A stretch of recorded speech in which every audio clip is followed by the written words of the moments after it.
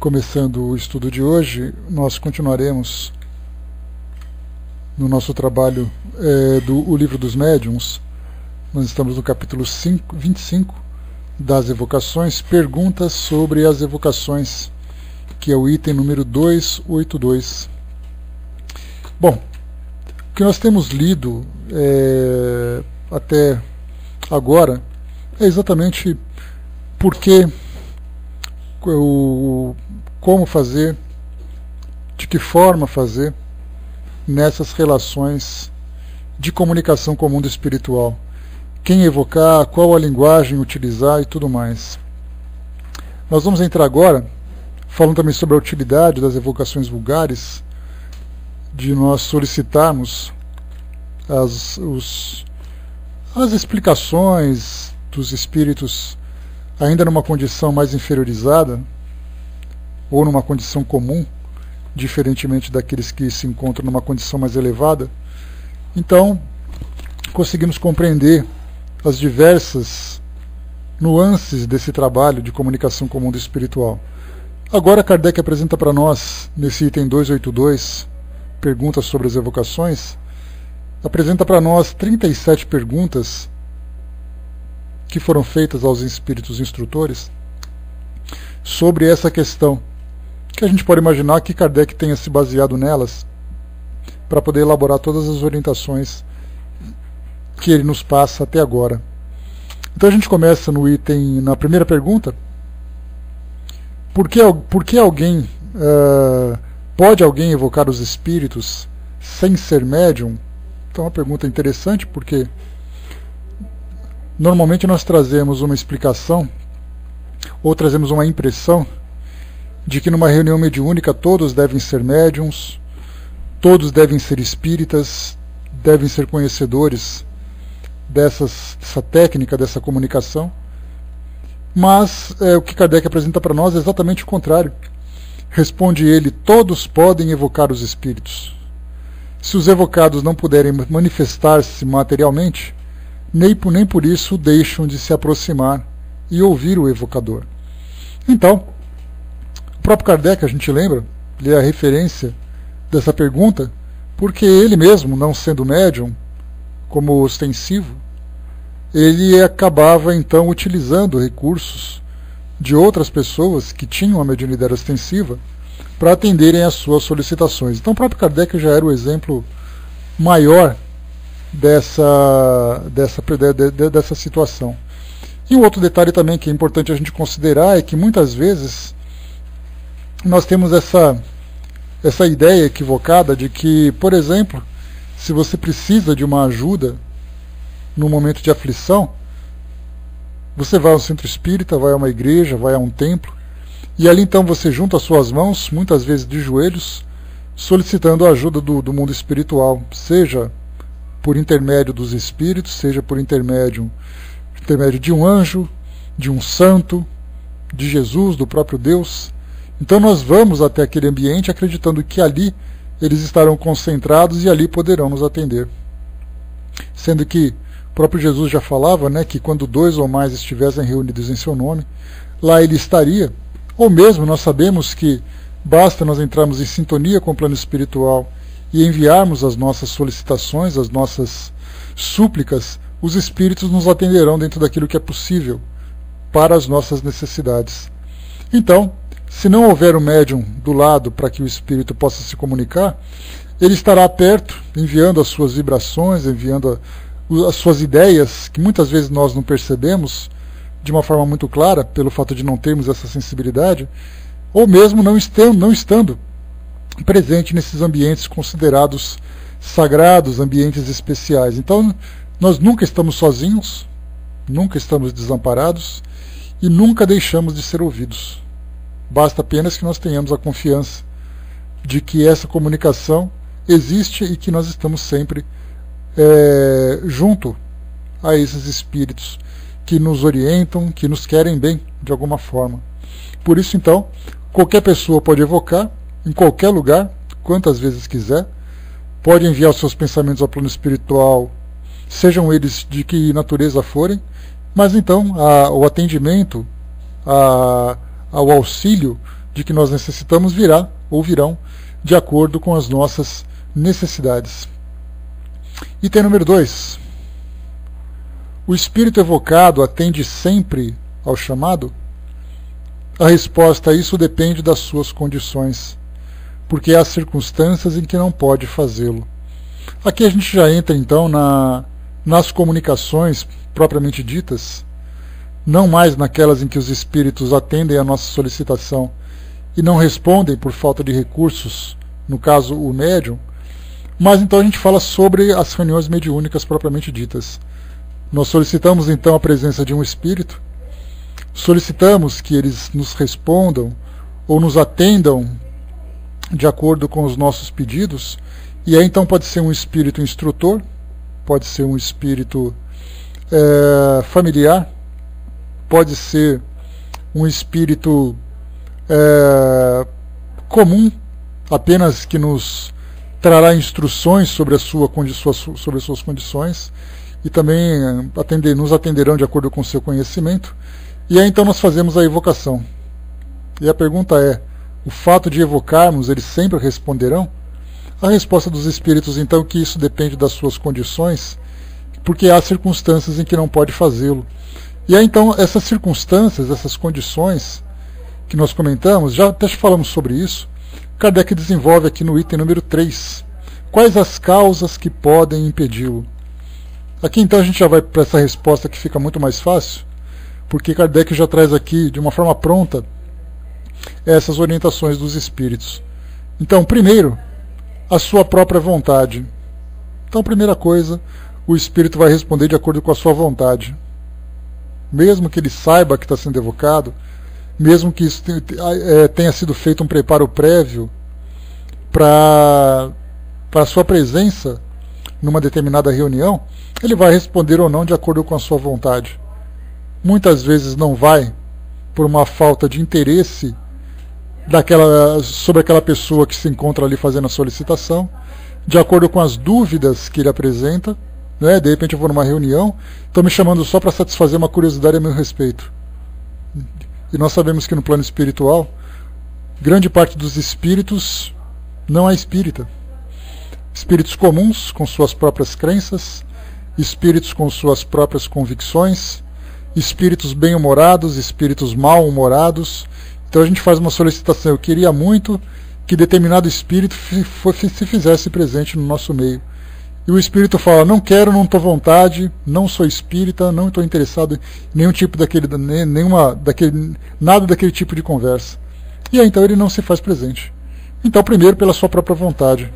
Outros eles não estão dispostos naquele momento, outros estão numa condição de desequilíbrio, de sofrimento, pensando com outras preocupações e tudo mais. Então a vontade dele, como a nossa, os espíritos mesmo respondem, que depende do quê? Quando alguém pede para nós comparecermos a um lugar, ou darmos a nossa atenção a uma determinada questão ou situação, nós mesmos fazemos as nossas ponderações. Se eu posso ir agora, se eu não posso, se eu quero, se eu não quero, se eu devo, se eu não devo. Então a mesma coisa acontece também com os espíritos. Nós temos essa impressão de que, chegando no mundo espiritual, nossa personalidade se transforma. Que nós estamos sempre à disposição, que nós sempre atendemos a tudo aquilo que nos pedem, que nós deixamos de lado o nosso egoísmo, deixamos de lado aquela nossa personalidade ranzinza, egoísta. Só que no mundo espiritual nós chegamos lá levando as mesmas condições que nós temos aqui. A diferença é que nós temos lá conhecimentos que são muito mais profundos do que aqueles que nós temos aqui enquanto encarnados. As nossas convicções, as nossas religiões, as nossas ideias se transformam nesse novo ambiente pelo fato de nós nos depararmos com uma nova realidade, mas cada um vai levar mais ou menos tempo para poder assimilar essa mudança, aceitar essa mudança, mas a maioria demora bastante tempo, pelo fato de sair daqui com ideias completamente diversas daquilo que existe no mundo espiritual, e chegando lá então demora um pouco para deixar para trás aquilo que construiu durante tanto tempo, para depois aceitar essas ideias novas. Pois é, Elcio, muita gente acha assim, olha, agora que você desencarnou, você é uma pessoa boazinha e tudo mais, e para aqueles que não têm experiência, numa reunião mediúnica, começa a ouvir então o depoimento, a declaração de um espírito, e se surpreende com a forma como ele fala. Não vai para o céu, não, pelo contrário. Ele vai aqui muito mais próximo do que a gente imagina, né? Por isso, então, a sua vontade é a mesma vontade que nós temos aqui. Algumas vezes as pessoas nos chamam, né? Olha, tem uma festa para ir, você quer ir? E a gente começa a pensar assim, poxa vida, não estou afim de ir nesse lugar. Mas aquela pessoa é tão legal, mas eu posso inventar uma história que eu estou com a minha enxaqueca atacada, porque surgiu um outro compromisso, porque acabou dando um problema que eu tive que resolver. Então a gente não dá as nossas desculpas para fugir a esses compromissos. No mundo espiritual, como não existe aquela necessidade de prestar, né, de dar uma satisfação de um modo mais claro, os espíritos muitas vezes simplesmente ignoram as nossas evocações, mas os motivos acabam sendo os mesmos. E aí depois, numa outra oportunidade que o espírito aparece, vem aquela cobrança, né? Na semana passada a gente te chamou, você não pôde vir. Pois é, sabe como é, eu estava ocupado com outras coisas, e de repente ele estava simplesmente sem vontade de aparecer. Então, se nós quisermos imaginar o que os espíritos pensam, basta nós analisarmos aquilo que nós pensamos a respeito dessas solicitações que nós recebemos. Segundo, depois, o seu estado corpóreo, se tiver encarnado. Aqui então já fala de uma outra questão, de um espírito estando encarnado, que pode ser evocado, nós sabemos disso, embora isso seja algo bastante raro de acontecer. Nós fazemos a evocação e o espírito, para poder se libertar pelo processo de emancipação e se fazer presente numa reunião, ele tem que ser alguém com uma relação muito sutil com o mundo físico, alguém que tem uma facilidade de se desdobrar, e alguém que tem essa consciência também nesse momento. Como nós já conversamos, o que acontece no momento em que uma pessoa encarnada é evocada? Se existe a possibilidade ou a necessidade da sua presença, e aí então os recursos de que essa pessoa dispõe, assim como a assistência dos espíritos, o ajudam nesse processo, ele vai entrar então naquele entorpecimento, vai ficar naquela condição meio de um estado de sonambúlico, no estado de sonâmbulo, né? Então, disperso daquilo que acontece à sua volta, já que a sua consciência está presente onde foi evocado. Então isso é algo raro de acontecer nos tempos atuais. Nós ficamos imaginando a facilidade com que nós nos comunicaríamos com as pessoas que estão distantes de nós, que poderiam estar presentes por essa evocação. E então nós conversamos com as pessoas, elas se fazem presente numa reunião e tudo mais. Então a gente vê assim que, na realidade, diante daquilo que nós temos à nossa disposição, em termos de recursos mediúnicos, nós devemos utilizar assim coisa de 5% daquilo que é possível fazer. Porque nós nos limitamos às reuniões organizadas, institucionalizadas, dentro das casas espíritas, e nos esquecemos, né, da possibilidade de nós utilizarmos a mediunidade em qualquer lugar que nós estivermos, em qualquer condição, bastando que nós tenhamos naturalmente conhecimento para isso, tenhamos o equilíbrio para nós nos desenvolvermos dentro desses recursos e sabemos como utilizar. Então, quer dizer, 5%, 10% no máximo nós utilizamos em termos de possibilidades nessa relação com o mundo espiritual e nessa relação com os espíritos de modo geral, sejam encarnados ou desencarnados. Então, o que Kardec tentou trazer para nós naquela época, talvez ele tenha nos mostrado 50% daquilo que é possível, já que tudo isso é direcionado para os iniciantes, e nós, desses 50%, utilizamos 5%, 10%. Então nós estamos deixando de lado por causa dos nossos medos, por causa dos nossos preconceitos, por falta de estudo, por falta de conhecimento de modo geral, né? Então tudo isso acaba sendo para nós um grande limitador nessa relação com o mundo espiritual. Sem falar, principalmente, que quando nós falamos sobre o mundo espiritual, é fundamental que nós levemos em consideração que grande parte da nossa sociedade, no nosso planeta, a esmagadora maioria, não é espírita. Então isso significa que somente os espíritas têm esse conhecimento, outros tipos de religiões que utilizam as comunicações mediúnicas, que é algo bastante raro, né? tirando, por exemplo, as religiões africanas, tirando algumas das religiões esotéricas, que fazem essas evocações com seus orientadores, com aqueles que chamam de avatares, com aqueles que chamam de divindades, sejam quais forem os títulos que recebam. Então, pegando essas religiões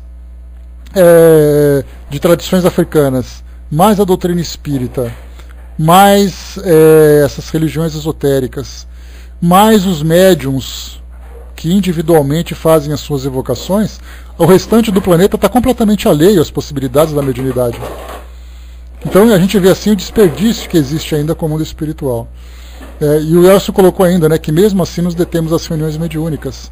O que, a princípio, pelas nossas condições atuais, isso acaba sendo algo, digamos assim, seguro, né, porque nós não valorizamos ainda, não damos ainda o devido valor ou os critérios de segurança, né, sim, filhinha. Então esse barulho que vocês estão ouvindo aqui é a nossa cachorrinha aqui que está brincando com uma garrafa de iogurte. E ela veio brincar bem do meu lado aqui, mas tudo bem, vamos em frente. Não se distraiam com ela. Então, a gente vê assim o desperdício que existe da possibilidade que nós temos, assim como os espíritos falam também, ou mesmo os grandes gênios da humanidade já disseram, que do nosso intelecto nós utilizamos apenas 20%. Ou seja, 80% se encontra ainda adormecido, pelo fato de nós estarmos ainda tão concentrados nos problemas, nas nossas necessidades do dia a dia, nós não temos a capacidade de expandir a nossa mente para aproveitar, né, todos os recursos que ela nos oferece nessa condição atual em que nós nos encontramos. Então, vivemos, na verdade, muito restritos e limitados àquilo que o mundo material oferece e nos esquecemos daquilo que nós temos de possibilidades intelectuais e possibilidades espirituais também. Então, nesse caso do espírito encarnado, quando é solicitado, raramente se manifestam pelo fato de não terem esse conhecimento. Imaginemos eu chamar alguém, vamos pegar vocês por exemplo, eu pego ali o Elcio, ele está ali trabalhando, a gente faz uma reunião mediúnica e faz a evocação. Não significa que ele vai parar de fazer o que ele está fazendo para poder se manifestar. Isso porque tem conhecimento. Se é alguém que não tem conhecimento, então fica praticamente impossível de se fazer.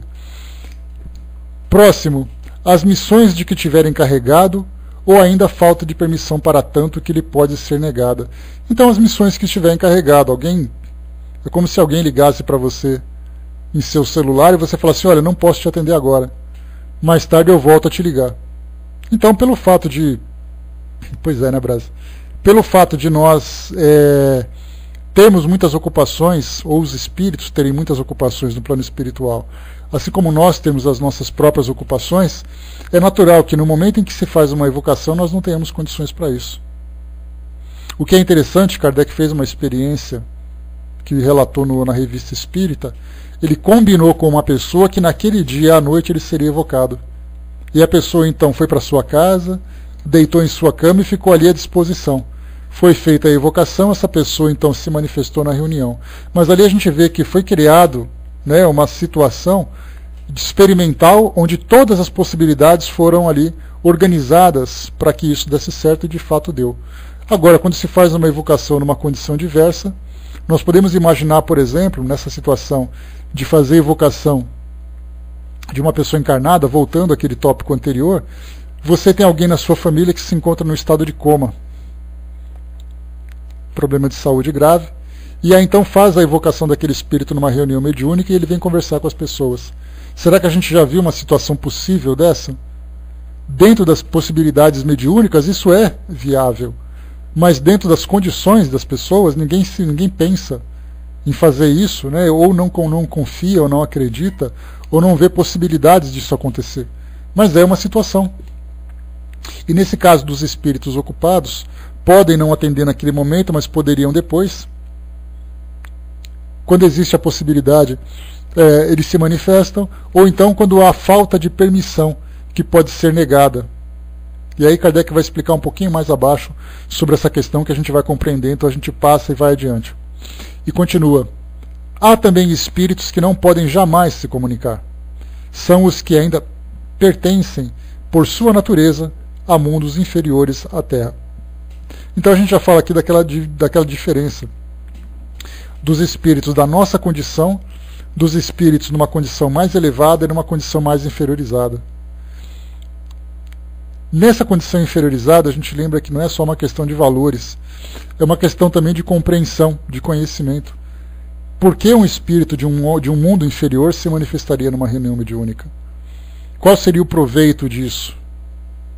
Será que ele teria condições de se manifestar num mundo diferente através dos canais da mediunidade? Certamente, analisando com cuidado essas possibilidades, nós vemos então que embora tenhamos condições, a falta de conhecimento e a falta de envolvimento com esse tipo de atividade acabam se tornando, de certa forma, um grande obstáculo para as manifestações, principalmente quando se trata nas relações entre mundos. Se aqui nós encontramos dificuldades para evocar espíritos que desencarnaram no nosso meio, imaginamos aqueles que se encontram em mundos diferentes.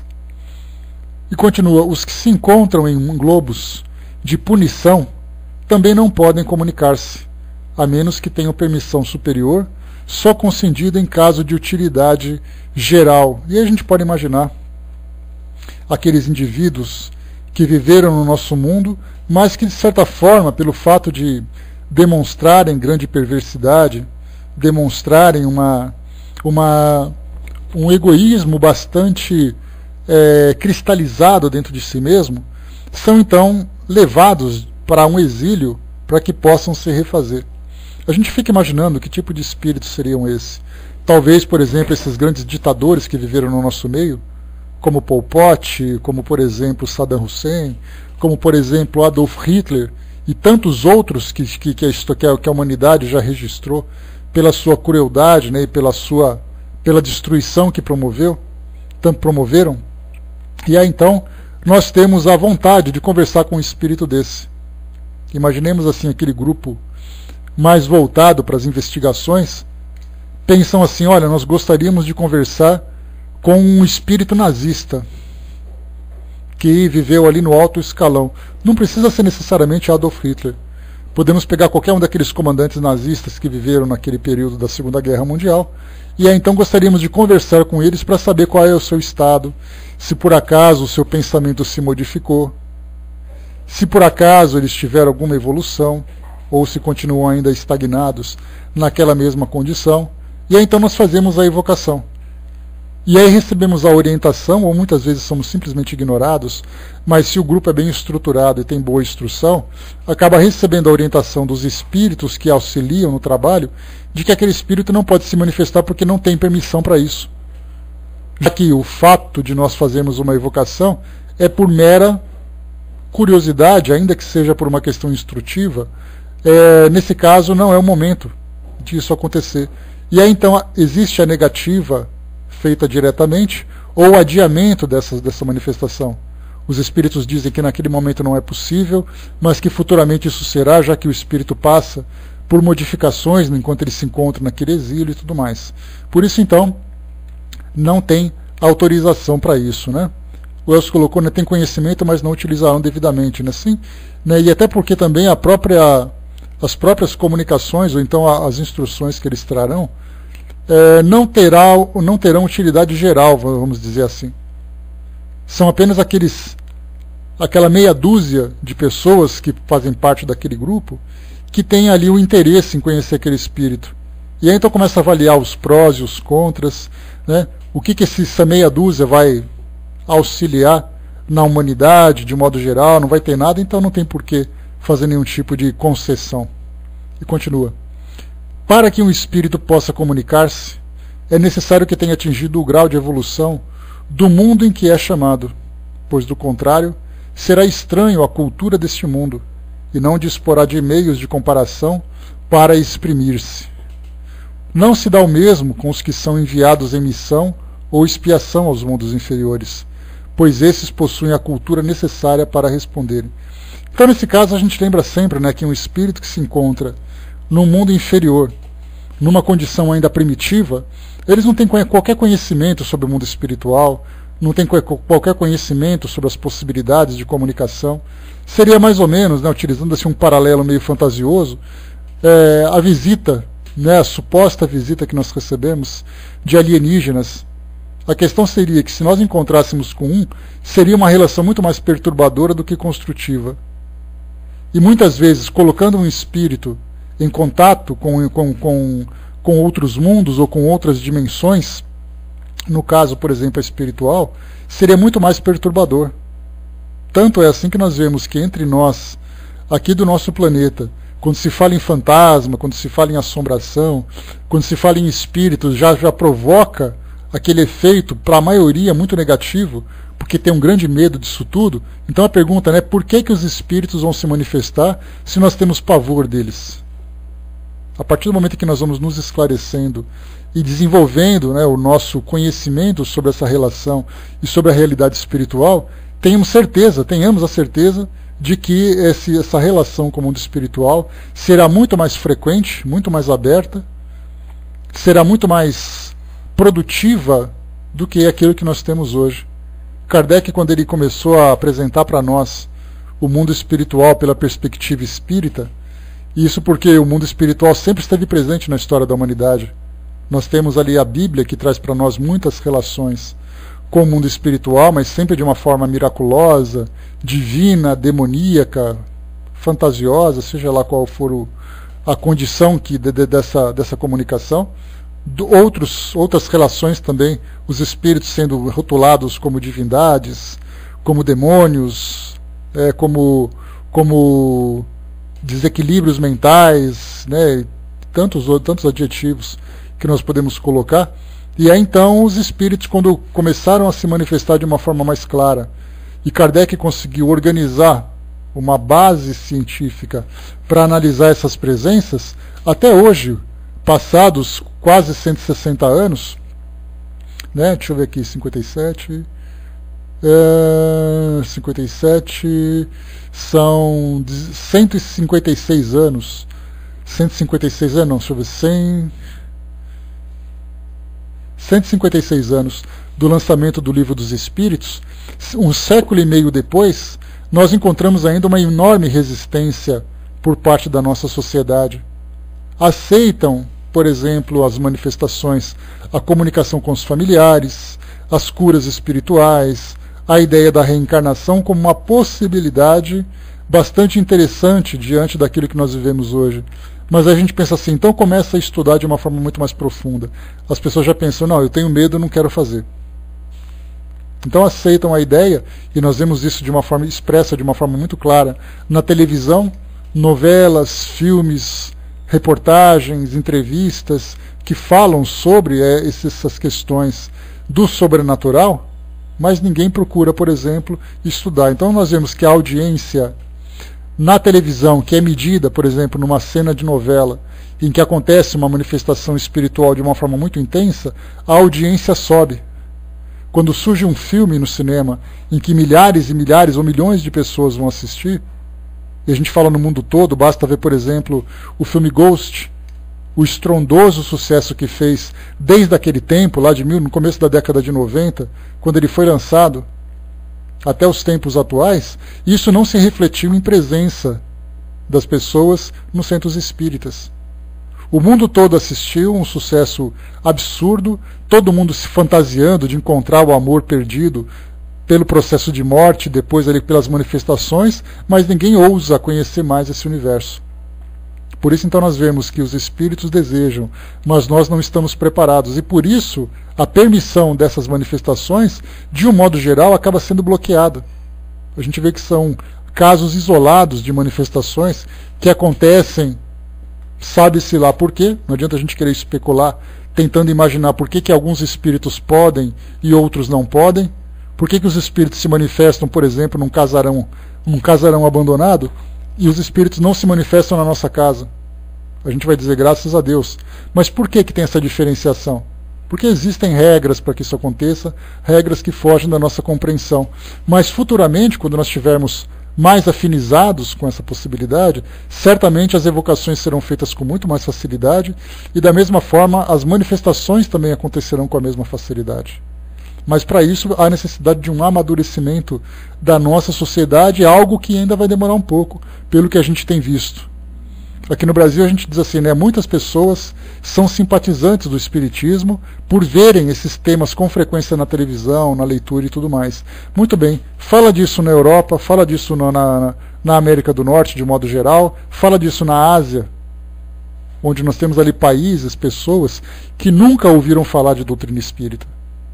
Então, saindo aqui do nosso mundinho e começando a explorar um pouco mais aqui o nosso planeta, nós veremos ainda o quão distantes estamos dessa situação de relacionamento mais íntimo com o mundo espiritual. No caso aqui que nós colocamos, né, vai depender então nos mundos, né, do grau em que o espírito atingiu de evolução, e não se dá o mesmo com os enviados em missão ou expiação aos mundos inferiores, pois esses possuem a cultura necessária para responder. E aí então a gente imagina, né, um espírito que é missionário, como muitos daqueles que viveram no nosso mundo. Nós tivemos, por exemplo, quantos santos que foram canonizados pela Igreja Católica e relatavam as suas experiências mediúnicas. Pelo trabalho que realizaram no mundo sofrido como o nosso e pelos valores que eles demonstravam, certamente nós vemos ali espíritos mais elevados, espíritos superiores, que encarnaram no nosso meio para nos ajudar na evolução, mas nem por isso perderam o contato com o mundo espiritual. E daí então essas faculdades que nós vemos hoje. Naquele livro que nós estudamos, A Mediunidade dos Santos, nós temos ali vários desses santos que relataram experiências magníficas. E aí então, estudando sobre a geografia deles, né, ou seja, a biografia desses santos, nós começamos então a ver que esses espíritos eram realmente espíritos de grande elevação. Espíritos com grande amor pela humanidade, espíritos com uma elevação espiritual muito grande, embora a crença que abraçaram para desempenharem suas tarefas fosse uma crença que bloqueasse essas comunicações. No caso, a Igreja Católica. Falar em comunicação com os espíritos na Igreja Católica é algo impensado, mas a partir do momento em que isso se torna um milagre, já é possível. Tanto que muitos desses santos foram canonizados exatamente pelas experiências mediúnicas que tiveram. Então, estando no mundo como o nosso, de provas e expiações, e vivendo isso de modo muito intenso, nós vemos que esses espíritos missionários tinham capacidade de se comunicar com o mundo espiritual. O Braz colocou, temos de pensar também que, graças a Deus, essa interação não é tão fácil. Caso contrário, viraria bagunça. Por isso que existem essas regras, né, Braz? Impossibilitando essas comunicações, porque do contrário, nós entraríamos aqui no caos. As crenças seriam abaladas, as pessoas enlouqueceriam, essa relação com o mundo espiritual seria extremamente perturbadora para todos nós. Por isso que existem regras que impossibilitam essa liberdade. No futuro nós teremos regras que nos darão permissão para explorar isso de um modo muito mais profundo. Por isso, então, nós começamos a ter uma compreensão de que o mecanismo que rege essa relação do mundo espiritual com o mundo físico, ela leva em consideração diversos critérios, como conhecimento, possibilidade, utilidade, compreensão, dentre outros. A necessidade também da mesma forma. Bom, o item número 4.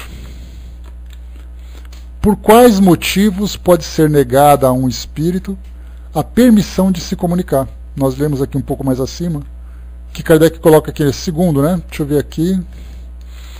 Está aqui, ó. Ou ainda falta de permissão para tanto que pode ser negada. Isso na questão anterior, número 3. E aqui Kardec então pergunta, né? Por quais motivos pode ser negada a um espírito a permissão de se comunicar? Resposta: pode ser uma prova ou uma punição para ele ou para quem o chama. Então a prova do espírito ele é aguardar com ansiedade aquela vontade de se comunicar, de se aproximar do mundo físico. Até porque muitos desses espíritos desejam se aproximar do mundo físico para alimentarem ainda o apego que eles têm com esse mundo. E aí, então eles vão ter que aprender a soltar essas amarras que o prendem aqui ainda, para que ele possa se desenvolver no plano espiritual. E muitas vezes, vivendo no mundo espiritual, distante dos seus entes queridos, distante das pessoas do seu interesse, ele acaba também recebendo essa punição pelo fato de muitas vezes não valorizar aquela relação enquanto estava encarnado, ou mesmo de não valorizarem aquilo que o mundo espiritual oferecia a título de instrução. Essa é uma prova. E uma punição para ele ou para quem o chama. Aqui nós entramos numa questão interessante que dá para a gente aprofundar um pouquinho mais. quando nós falamos das evocações, por exemplo, os médiuns, nós lembramos já, chegamos até a estudar sobre isso aqui no livro dos médiuns, aquele médium que não leva a sério a sua mediunidade, aquele médium que aproveita da sua mediunidade para benefícios pessoais. Então existe ali a suspensão da mediunidade, vocês se lembram? E nessa suspensão os espíritos impedem qualquer manifestação por uma punição para o médium.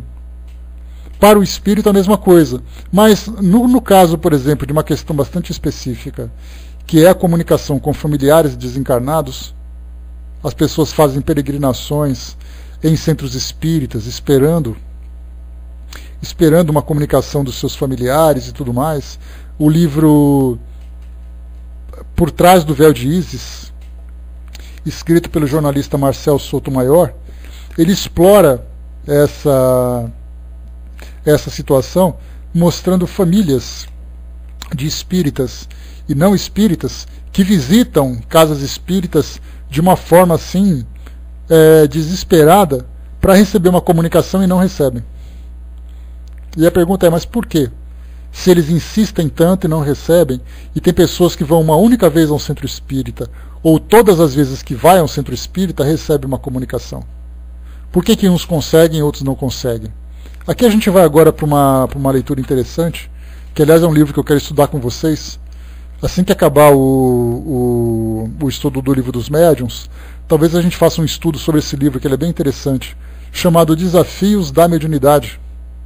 Nesse Desafios da Mediunidade, foi um livro escrito por Raul Teixeira, psicografado por Raul Teixeira, e respondido pelo espírito Camilo, e naturalmente com assistência de outros espíritos, sobre questões mediúnicas. Então, na introdução, se eu não me engano, Raul Teixeira, antes de publicar esse livro, ele trouxe a seguinte orientação, que muitas vezes, durante as suas palestras, perguntas eram feitas, naquele momento de perguntas e respostas, as pessoas perguntavam nos corredores das instituições onde ele frequentava e tudo mais. E aí então ele juntou aquelas perguntas que eram mais frequentes, submeteu ao espírito Camilo, que à luz do livro dos médiuns, respondeu cada uma delas. E aí então são perguntas comuns, de pessoas comuns, que complementam aquilo que o próprio livro dos médiuns traz para nós. Só que agora, como Kardec não tinha possibilidade de perguntar para as pessoas das instituições quais eram as suas dúvidas, e depois trazer essas dúvidas para serem respondidas pelos espíritos, e depois publicá-las, Raul Teixeira conseguiu fazer isso. E nesse livro, Desafios da Mediunidade, aliás, é um livro que eu recomendo para vocês que gostam de estudar mediunidade, é um livro excelente, é um livro pequenininho, com respostas objetivas, bastante claras, de uma forma muito produtiva também. E traz respostas muito produtivas.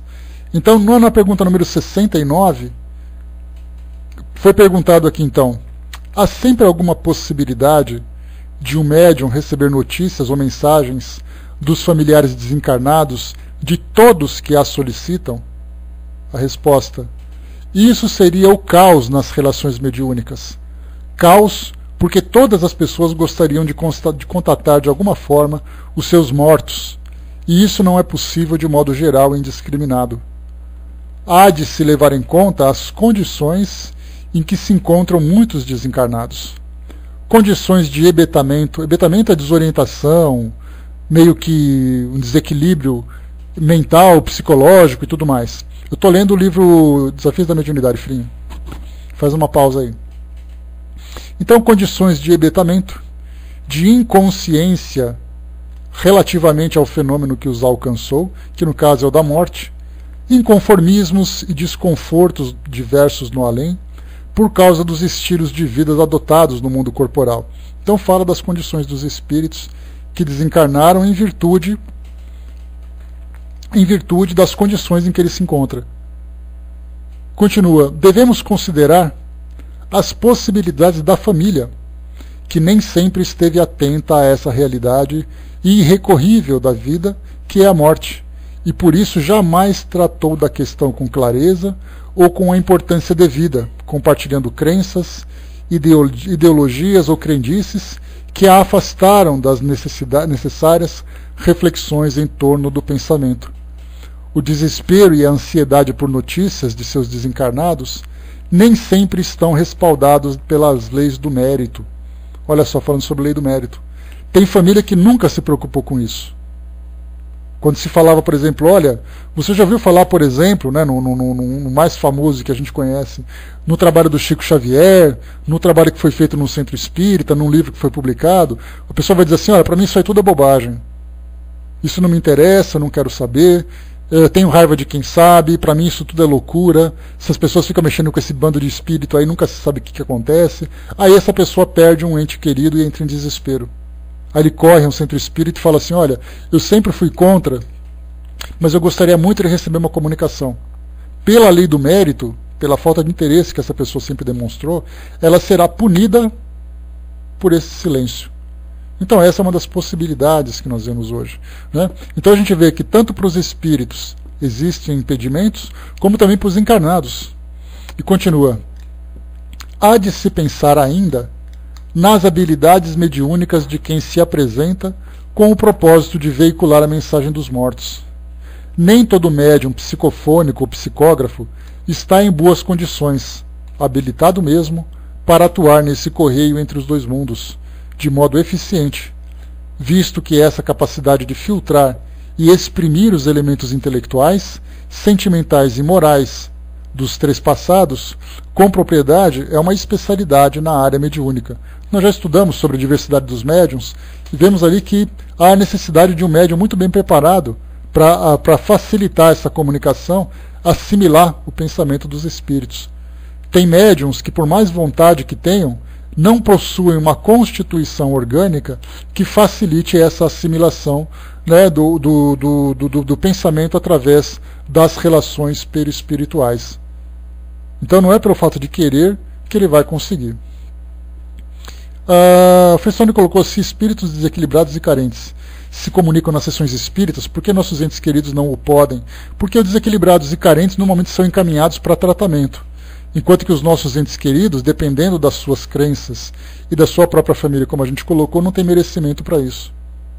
E muitas vezes esses desequilibrados e carentes precisam, a princípio, retomarem o equilíbrio antes de trazerem qualquer comunicação, né? A Vaninha colocou aqui, deixa eu ver rapidamente. Eu acredito que a situação é de acordo com o merecimento e necessidade de cada espírito, tanto do desencarnado em se comunicar, quanto dos encarnados que irão receber a mensagem. Sim, nesse caso, das comunicações familiares. Mas dos desequilibrados e carentes, é uma questão de merecimento que esse espírito tem. Embora esteja passando por esse processo de perturbação, ele receberia a orientação dos encarnados e desencarnados para retomar o seu equilíbrio. Então seria, nesse caso, um tratamento, não seria simplesmente o privilégio de receber uma comunicação. E aqueles que estão doentes certamente precisam de muita assistência. De quais são os critérios utilizados pelos espíritos, isso nós não conhecemos. Mas de uma forma direta nós podemos entender que os doentes precisam muito mais do que os sãos. Então, por que você quer, por exemplo, se comunicar? Porque está com saudade? Olha para o lado e vê aquele espírito lhe estrebuchando no chão, sofrendo de desequilíbrio. E precisa dessa manifestação, dessa orientação, para compreender a sua nova condição. Então vemos ali prioridades, principalmente. A Miriam colocou, mas não seria uma oportunidade justamente de mostrar para a pessoa que o ente continua vivo e, de certa forma, levá-lo a refletir sobre a vida espiritual? Seria, né? Mas a gente lembra muitas vezes, Miriam, que essas pessoas recorrem a essas orientações do mundo, a essas comunicações com o mundo espiritual, apenas naquele momento. Porque sabe, por exemplo, eu posso trazer um exemplo claro para vocês, né? Na minha família, quando a minha avó desencarnou, já contei para vocês essa história, mas agora eu foco nesse ponto. Minhas tias, desesperadas por uma comunicação, frequentavam o centro espírita, foram ao centro espírita, não frequentavam, foram até o centro espírita, deixaram o nome da minha avó quando elas desencarnaram, quando ela desencarnou, deixaram o endereço onde elas moravam e nunca mais apareceram. Pouco tempo depois chegou uma carta pelo correio, dizendo que era uma carta assinada pela minha avó. Elas leram essa carta, embora tivesse um conteúdo genérico, e trazia alguns pontos que tocavam na realidade da família, de conflitos, de problemas que tiveram e tudo mais, elas nunca mais se interessaram em fazer nada disso. Então, se você analisa qual é o motivo de você querer essa comunicação, você deseja de fato compreender essa realidade? Ou para você é apenas uma comunicação? Quantas e quantas cartas já foram escritas pelos espíritos a familiares aqui que nunca mais se interessaram em conhecer a doutrina espírita, não modificaram suas condições? Então a gente começa a avaliar qual é o benefício e qual é o resultado, muitas vezes indiferente, que vai gerar naquela pessoa que recebeu a comunicação.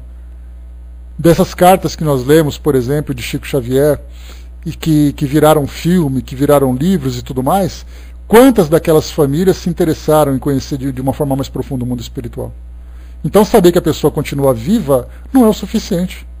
Então, muitas vezes, os espíritos dão um privilégio àqueles que possuem merecimento. E esse merecimento, a gente pode compreender, né, um dos critérios desse merecimento é exatamente o que isso vai reacender na pessoa ou acender na pessoa a partir daquela comunicação. A fé dela vai se tornar muito mais concreta, ela vai se interessar muito mais. Então, eu acredito que esses sejam critérios que são levados em conta. Né? Alguns espíritos se comunicam como se comunicaram, obviamente que eles não fazem uma seleção, porque embora a pessoa não mostre interesse naquele momento, talvez através do sofrimento ela consiga despertar. Mas a gente pode imaginar a frustração dos milhões de espíritos que já se comunicaram através dos diversos médiuns espalhados pelo mundo afora, que depois daquela comunicação nunca mais tiveram contato com suas famílias, porque a família não se interessou mais. Então o desperdício dos esforços dos médiuns, das instituições, dos próprios espíritos que coordenam o trabalho, dos espíritos comunicantes, para tentar despertar na pessoa, reacender nela uma fé mais sólida, mais concreta a respeito dessa relação com o mundo espiritual, e se frustraram. Mas nem por isso eles desistem, né? Então, acredito, entendo dessa forma, Miriam, que muitas dessas comunicações venham para os merecedores, mas infelizmente a maioria acaba depois sendo simplesmente desperdiçada, né, nos seus esforços. Deixa eu ver aqui, a Vaninha colocou aqui que um espírito de um ente querido pode até vir a se comunicar, mas não conosco. Ele pode ser atendido sem que nós venhamos a saber. Sim, sem dúvida. Quantos espíritos diziam assim, olha, depois de muito tempo, de muito atendimento, de muita ajuda, eu consegui vir aqui conversar com vocês de modo equilibrado. Então todo mundo acha, você desencarnou, você corre, se comunica, está tudo bem, está tudo jóia. Ninguém pensa em tudo aquilo que aconteceu para o espírito sair daquele estado de perturbação, de se esclarecer, de recobrar ali a sua consciência, o seu equilíbrio, para poder se comunicar. Naquela casa de Blumenau, a Miriam colocou aqui, eu vi uma comunicação de um espírito para a família. A família não acreditou e não gostou de ver sua história ali exposta. Acho que nesse caso foi para ajudar o espírito mesmo. Pois é. A gente vê as frustrações, né, de quantas vezes aqueles espíritos escrevem, olha, eu estou vivo, para de sofrer. E aí o espírito é completamente ignorado. Na minha família, meus tios leram, meus primos leram, não deram a mínima para essa carta da minha avó. Como eu falei para vocês, como era uma carta genérica, dificilmente você pode dizer foi ela que escreveu. Mas, como eu sempre trago para você aqui, eu vejo nela uma questão de instrução para todos nós, sabendo que muitos espíritos se fazem presentes nas instituições, assistidos por outros espíritos e trazem essas comunicações com termos gerais, com termos comuns, que todos os espíritos respondem. Desde a introdução, querida mãezinha, querido papai. Aí muita gente diz assim, meu filho nunca me chamou de querida mãezinha, e agora ele está chamando. Só que a visão do espírito modificou também, teve outra compreensão. Então são muitas as incógnitas, né, por isso que Kardec coloca para nós o cuidado que nós temos que ter na interpretação e análise dessas cartas, dessas comunicações. O cuidado que nós devemos ter para aceitar ou não. Muitos livros que foram publicados com comunicações, principalmente os do Chico Xavier, os espíritos procuram nas suas cartas trazerem nomes de pessoas, datas, fatos, para que a família possa reconhecer. Aí ela vai ler o nome dessa pessoa, vai lembrar de um bisavô, de um amigo da família, de uma pessoa querida que desencarnou há muito tempo e ninguém sabia. Porque o médium é o principal suspeito, nós sabemos disso. Você vai dar o nome da pessoa que desencarnou, dá o seu nome, de repente vem uma carta prontinha com as informações que você já conhece. Aí todo mundo vai dizer assim, isso é conversa do médium. Ele escreve aquilo que escreve para todo mundo, etc e tal. E aí então os espíritos partem desse recurso, utilizam esse recurso, de começar a inserir informações que somente a família conhece, como se fosse um atestado de credibilidade da carta. Então são formas, né? Então a gente vê quantas vezes médiuns despreparados, pessoas desesperadas se frustram ou frustram outras pessoas com esses recursos, né? com esse uso banal da comunicação. Então sempre com esse cuidado, sempre com essa atenção. E aqui voltando então, né, continuando aqui o nosso texto, continua aqui para nós, né? Daí o fato de encontrarmos em muitas mensagens, conteúdos medíocres, insípidos, cheios de lugares comuns que, se no momento são aceitos pelos familiares sob forte emoção, com o discernimento anubiliado, nos tempos em que se seguem, mais reflexivos, menos sensibilizados, percebem que o seu falecido não está bem apresentado. Veem que não era bem assim que ele pensava, ou que este não era propriamente o seu estilo de falar à família. Essa reação se dá porque, quando se trata de comunicações íntimas, é o indivíduo, a sua pessoa mesma, que nos interessa. Muito razoável, portanto, é que nessas circunstâncias procuremos certificar-nos de que o espírito que atende ao nosso chamado realmente é aquele que desejamos. Isso aqui é uma orientação que Kardec traz no capítulo anterior, capítulo 24 do Livro dos Médiuns. Que quando você quer fazer uma comunicação específica com alguém, há a necessidade de trazer uma identificação dele. Então não pode ser, por exemplo, no caso das evocações, uma evocação, uma manifestação espontânea, ou sendo espontânea tem que trazer esses elementos de identificação. São raros os médiuns que registram com exatidão e pouca margem de erros elementos como nomes e apelidos, jargões usados em família ou pelo grupo de amigos ao qual era vinculado, peculiaridades do trato com as variadas situações da vida. Isso porque, para se comunicar, o espírito desencarnado se identifica com o espírito do médium. Essa identificação não se pode verificar se não havendo entre um e outro simpatia e se assim é lícito, dizer-se afinidade. São muito raros, repetimos, esses exemplares mediúnicos. Isso aqui é uma passagem do Livro dos Médiuns. E continua aqui o Espírito Camilo. Muitas pessoas que adorariam transmitir mensagens consoladoras a familiares sofridos de desencarnados, valendo-se da mediunidade, correndo os riscos dos desmentidos, bem poderiam consolar, socorrer a tantas famílias com as lúcidas lições da doutrina espírita, permitindo-se racionar com os enlutados parentes, levando-os a não obter mensagens de conteúdo particular, mas a captar a boa nova da informação doutrinária, cheia de lógica, plena de bom senso, facultando que a parentela dos desencarnados passe a enxugar suas lágrimas de dor e de saudade com o amparo prestado aos outros, em similares ou mais intensos estados de sofrimento que os seus próprios. Então aqui falando, né, que valeria muito mais a pena se os familiares assimilassem os princípios doutrinários, porque na verdade a consolação virá da compreensão dessa nova realidade e não simplesmente por uma comunicação. Nos domínios do conhecimento, deixa eu ver aqui em cima, nem sempre há chances de chegar mensagens particulares. Nem todos os mortos podem atender ao desejo da família de receber algum comunicado direto. Há, porém, muitos que nunca pediram e no momento oportuno receberam. Há tantos que rogam por informações dia após dia, onde encontram médiuns e nunca receberam um só rabisco, uma só palavra. Nos domínios do conhecimento espírita, há material importante e suficiente para abraçar os que sofrem as doloridas perdas no trabalho da consolação e do encaminhamento. Valhamo-nos sempre do ensino de Jesus ao trazer-nos a parábola do rico e do Lázaro, em que o homem rico, que no mundo espiritual dá-se conta do tempo desconsiderado que vivera, rogava ao pai Abraão que consentisse que fosse Lázaro enviado à terra, a fim de avisar aos seus familiares, igualmente ricos e indiferentes, que a vida espírita era uma realidade, que se responde no além pelos atos e desatos terrenos, recebendo a negativa de Abraão, que ponderava: ele dispõe na terra da voz dos profetas, que os ouçam. Isso aqui é a passagem do livro de Lucas, capítulo 16.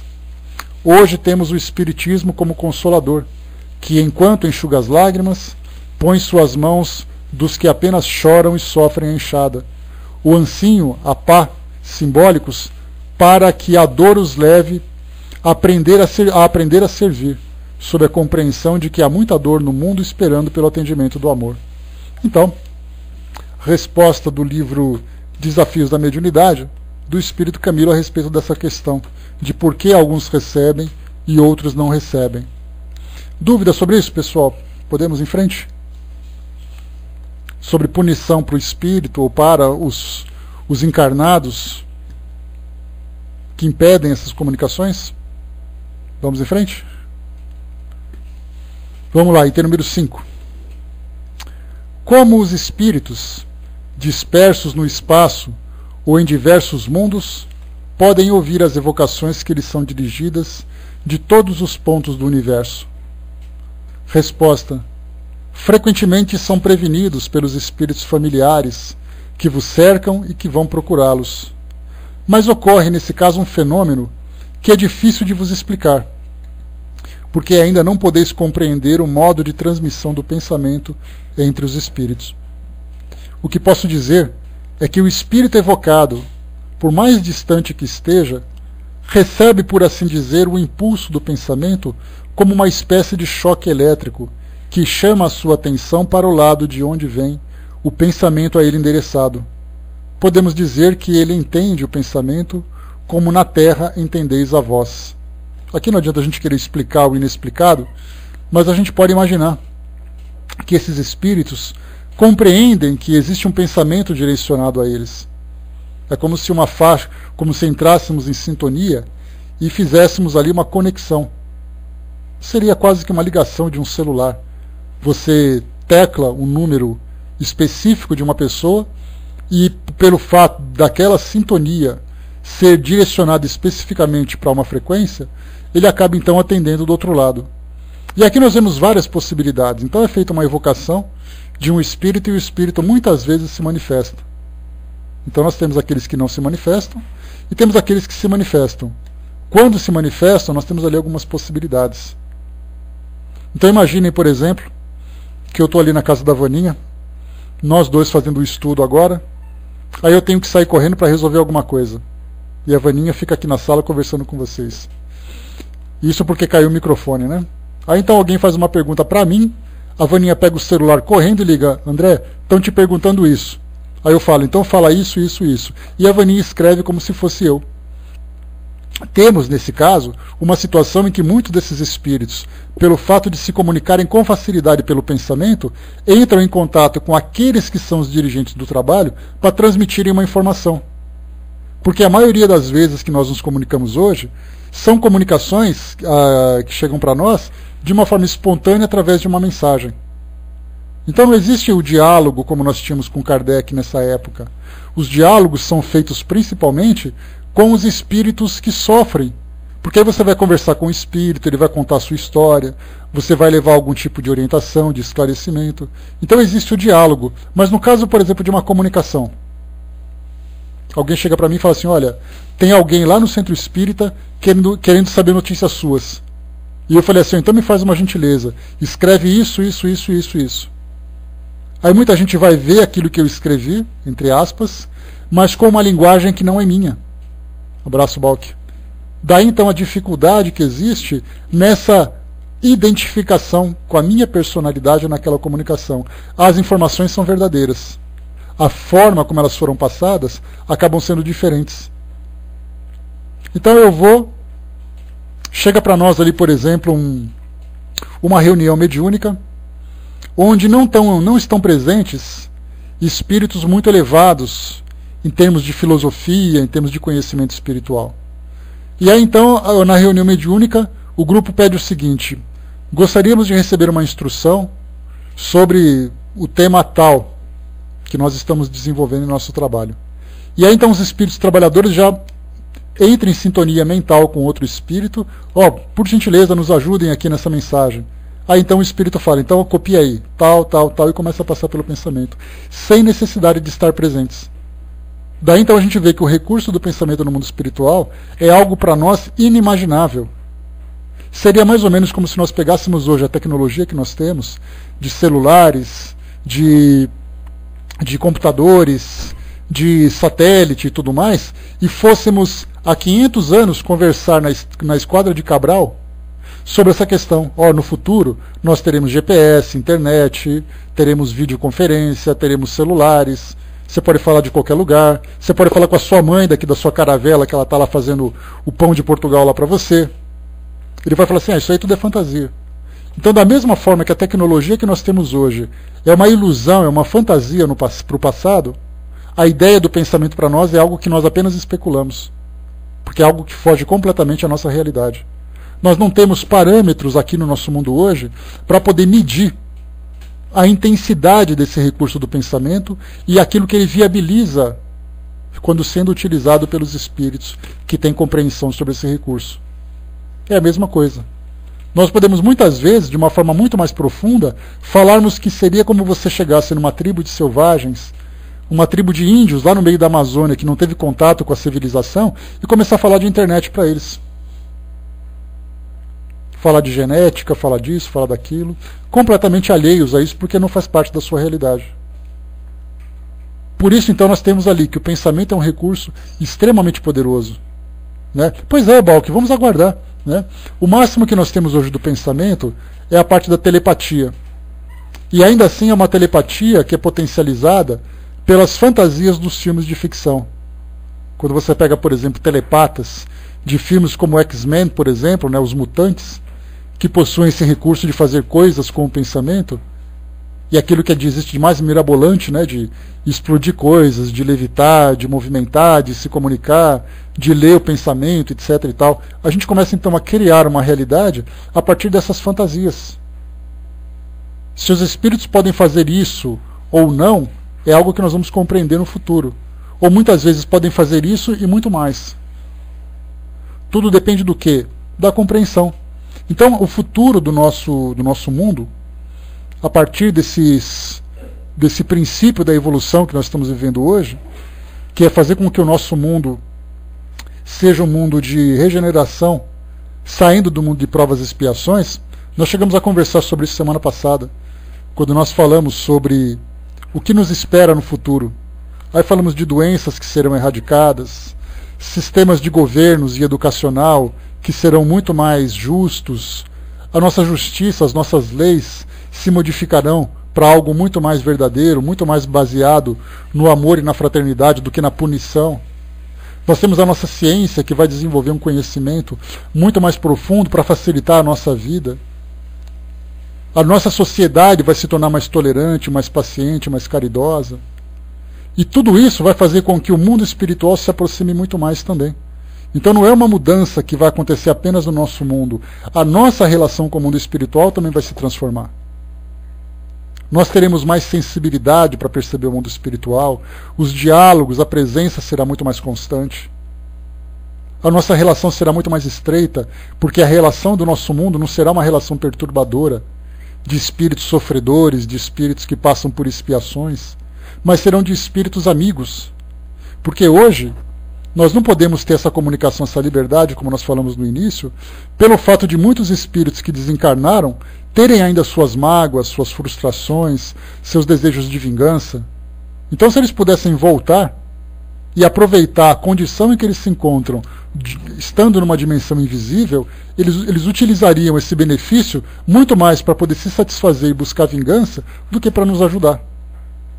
Mas ao mesmo tempo que existe essa mudança no pensamento da humanidade, nós falamos humanidade não apenas a humanidade encarnada, mas os espíritos desencarnados também serão regenerados.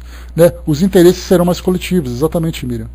Então é isso que nos espera futuramente. Então nós teremos, por exemplo, imaginarmos, se hoje a mediunidade é quase que uma exceção, no futuro a mediunidade será uma regra. Somente aqueles espíritos que passam por um processo de aprendizado talvez sejam bloqueados nessa comunicação. Os demais não sofrerão, terão uma compreensão da vida espiritual, da morte, muito diferente. Entenderão os espíritos de um modo muito mais diferente. Porque nós não teremos mais filmes de terror mostrando os espíritos saindo dos armários, agarrando pessoas. Mas nós veremos ali entretenimentos em que mostram espíritos luminosos ajudando a evolução da humanidade. Então, a partir do momento em que as nossas ideias vão se modificando, isso vai se refletindo em tudo que tem à nossa volta. Lembra que nós estamos falando lá no livro no livro Obras Póstumas, falamos sobre a influência do espiritismo sobre a arte. Então, se a arte nada mais é do que um reflexo das nossas ideias, dos nossos sentimentos e emoções, quando nós nos transformarmos, nós teremos, por consequência, um reflexo diferente sobre a arte. As músicas serão diferentes, os filmes, as novelas. Então, tudo vai ser diferente quando houver essa regeneração. Por isso, nós teremos uma compreensão maior também do pensamento. As pessoas conversarão com mais facilidade. As pessoas se entenderão com mais facilidade. Então aquela ideia assim, as pessoas vão se entender pelo olhar. Não é porque elas estão se olhando, porque existe uma relação de afinidade fluídica entre elas que vai levar a essa compreensão. As emoções serão muito mais verdadeiras, os sentimentos também muito mais nobres. Tudo faz parte desse processo de transformação. É claro que eu estou apresentando para vocês aqui aquilo que eu imagino que vai acontecer. Se vai acontecer tudo isso, ou vai acontecer isso e muito mais, não sabemos. Como diz o ditado, né, quem viver verá. Como todos nós seremos sempre vivos, porque nunca morremos, nós certamente acompanharemos esse processo. E teremos esse mundo feliz. As notícias serão notícias sempre envolvendo melhorias, benefícios, trabalhos nobres entre as pessoas. Não veremos desgraças, não veremos destruição, não veremos assassinatos. Esse é o mundo que nos espera. É uma utopia? Segundo os espíritos, não. É uma realidade que está já acontecendo, mas ainda nos primeiros estágios. Quem sabe daqui a 2 séculos, 3 séculos, a gente veja um mundo completamente diferente. Em que as pessoas não viverão mais em função dos seus interesses individuais. Não será a matéria que exercerá sobre elas uma influência, mas serão exatamente as ideias espirituais. Quem sabe? Balk colocou, a preocupação da evolução e do processo será constante, porque agora as pessoas saberão para onde ir, Balk. Pelo fato de hoje elas não saberem para onde ir, elas se preocupam com o agora, com o momento em que elas estão vivendo. Então aquela ideia do viva o momento, esse momento intensamente, é exatamente porque você não consegue vislumbrar nada além. As religiões tradicionais passam a ideia do paraíso, do inferno de uma forma tão fantasiosa que as pessoas caíram na descrença. Então acreditar que o futuro vai ter o paraíso e acreditar na minha conta bancária agora, eu prefiro acreditar na minha conta bancária. Quando nós tivermos convicção, eu vou utilizar a minha conta bancária para poder acelerar esse processo. Virou lenda, virou fantasia, exatamente.